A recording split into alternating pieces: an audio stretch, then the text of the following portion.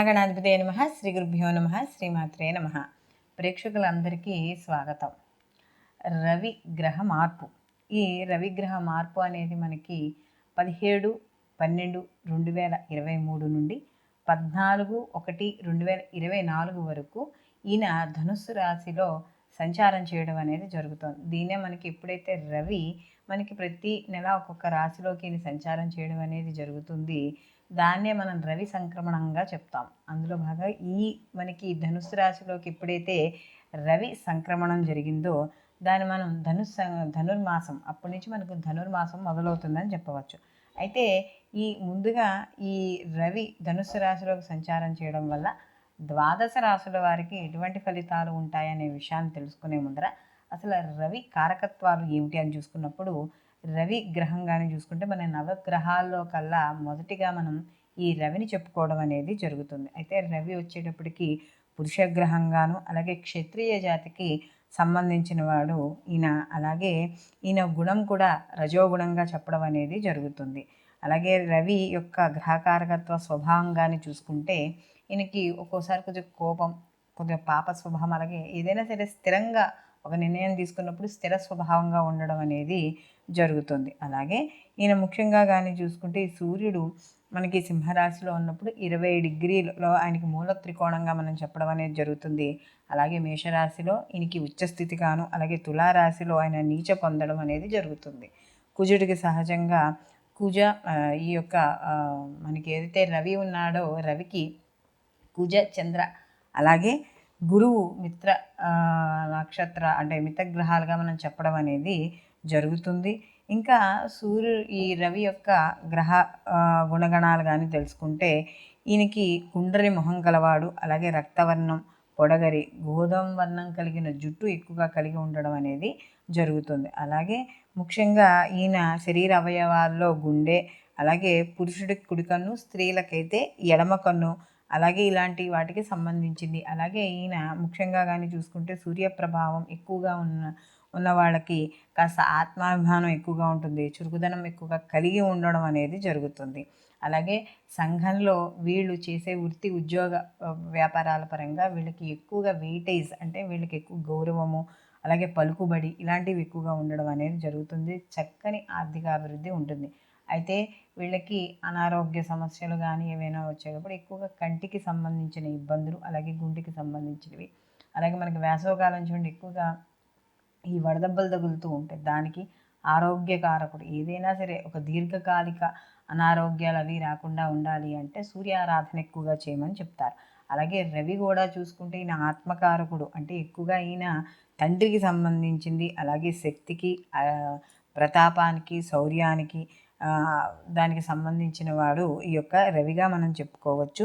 అలాగే ఎక్కువగా ముళ్ళ చెట్లకు పంటల్లో చూసుకుంటే మిరియాలు, మిరపకాయలు, కొబ్బరి, వాము, బియ్యం మొదలైన వాటికి అన్నింటికీ కూడా ఈయన కారకుడుగా చెప్పవచ్చు.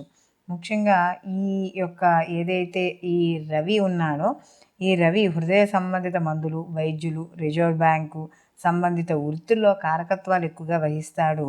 అలాగే ఈ ఆకాశానికి సంబంధించిన వాటి అంటే విమానాలు, విమానాశ్రయాలు, ఖగోళము, అలాగే విమాన చోదకులు అంటే మనకి పైలట్ ఉంటారు కదా వాళ్ళు, ముఖ్యంగా విద్యుత్ సంబంధిత విద్యుత్ ఉత్పత్తి, భూకంపాలు, ఆకాశవాణి, ఇలా అంటే ఈ ప్రచార మాధ్యమాలు ఉంటాయి కదా వాటికి సంబంధించిన వృత్తులు, ఇలాంటి వాటికి అన్నింటికీ కూడా ఈ యొక్క రవి కారకుడుగా మనం చెప్పవచ్చు. కాబట్టి ఇలాంటి రవి కారకుడు ఈ గ్రహాలు కానీ చూసుకుంటే మనకి సూర్యారాధన, ఎవరైతే మనకి ఈ దీర్ఘకాలిక వ్యాధులు వాళ్ళు ఉన్నవారు సూర్యారాధన ఎక్కువగా చేయమని చెప్పడం అనేది జరుగుతుంది.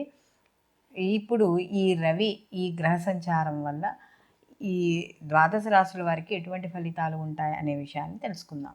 మీనరాశి వాళ్ళకి దశమ స్థానంలో రవి యొక్క సంచారం, దిగ్బల స్థానంలో రవి సంచారం చాలా ఎక్కువ అనుకూలంగా, అంటే ఆ దిగ్బల స్థానం అనేదే రవి వల్ల కొంత అనుకూలత అనేది ఎక్కువగా ఏర్పడడం అనేది జరుగుతుంది.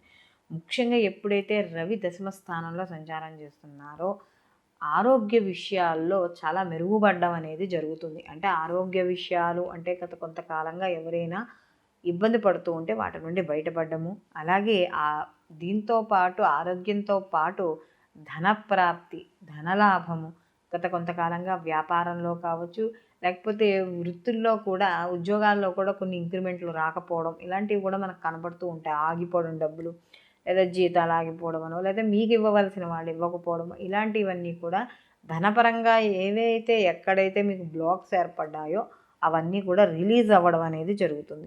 అలాగే మీకు ఇంట్లో చేసుకునే శుభ కార్యక్రమాల వల్ల కావచ్చు, లేకపోతే మీరు ఎక్కడికైనా కలవడం వల్ల కావచ్చు, మీ ఇంటికి బంధువులు లేదా తెలిసిన వాళ్ళు, ఆత్మీయులు, ఎప్పటి నుంచో చాలా కాలంగా కలవని వాళ్ళు, వీళ్ళందరూ కూడా ఇంటికి రావడం అనేది జరుగుతుంది. అలాగే ముఖ్యంగా రాజకీయ పరంగా కానీ చూసుకుంటే మంచి విజయం సాధిస్తారు. గత కొంతకాలంగా ఏమైనా రాజకీయాల్లో అప్పటి వరకు నిర్ణయాలు సరిగ్గా తీసుకోలేకపోతుంటే మీ పరంగా అవన్నీ కూడా కొలుక్కు వచ్చే అవకాశం అనేది జరుగుతుంది. మీరు ఏదైతే పనులు చేపడుతున్నారో ఆ పనుల్లో కార్యాల్లో విజయం సాధిస్తారు. అలాగే ఎవరైతే మనకి రాజు దర్శనం అంటే ప్రభు దర్శనం అంటే ఏమిటి, మనకి ఏదైతే ప్రభుత్వం ఉందా, ప్రభుత్వానికి సంబంధించిన మంత్రులనో, లేకపోతే ఆ యొక్క రాష్ట్రానికి సంబంధించిన వాళ్ళనో, దేశానికి సంబంధించిన ఉన్నత పదవుల్లో ఉన్న వాళ్ళని కలుసుకోవడం అనేది జరుగుతుంది. అలాగే మీరు చేసే కార్యక్రమాల్లో మంచి కీర్తి ప్రతిష్టలు, గౌరవము లభించుకోవడం అనేది జరుగుతుంది. అలాగే మీరు సత్కారాలు, విందు వినోదాల్లో పాల్గొనడము, మీకంటూ సమాజపరంగా ఒక మంచి గుర్తింపు లభించడము అన్నీ జరుగుతాయి.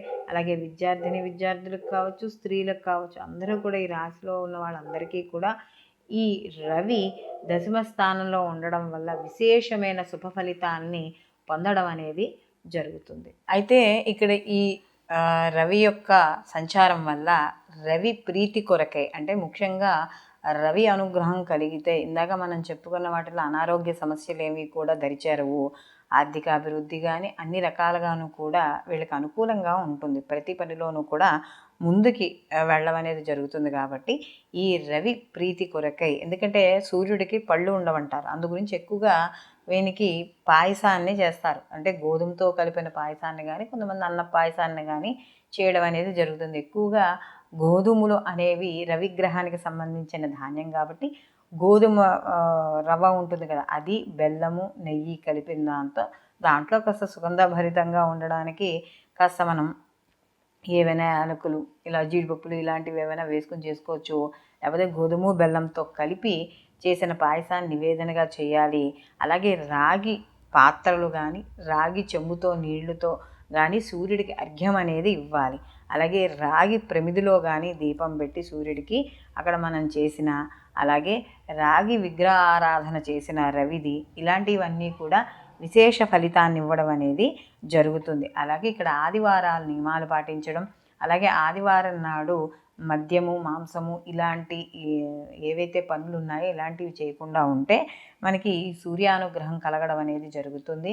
అలాగే ఈ రవి ధనుస్సు రాశిలో సంక్రమణం చేస్తున్న ఈ మనకి 17వ తారీఖు నుంచి 14వ తారీఖు వరకు ఏదైతే సమయం ఉందో ఈ సమయంలో ఆదివారాలు నియమాలు పాటించడం, సూర్యాష్టకము లేదా అరుణపారాయణ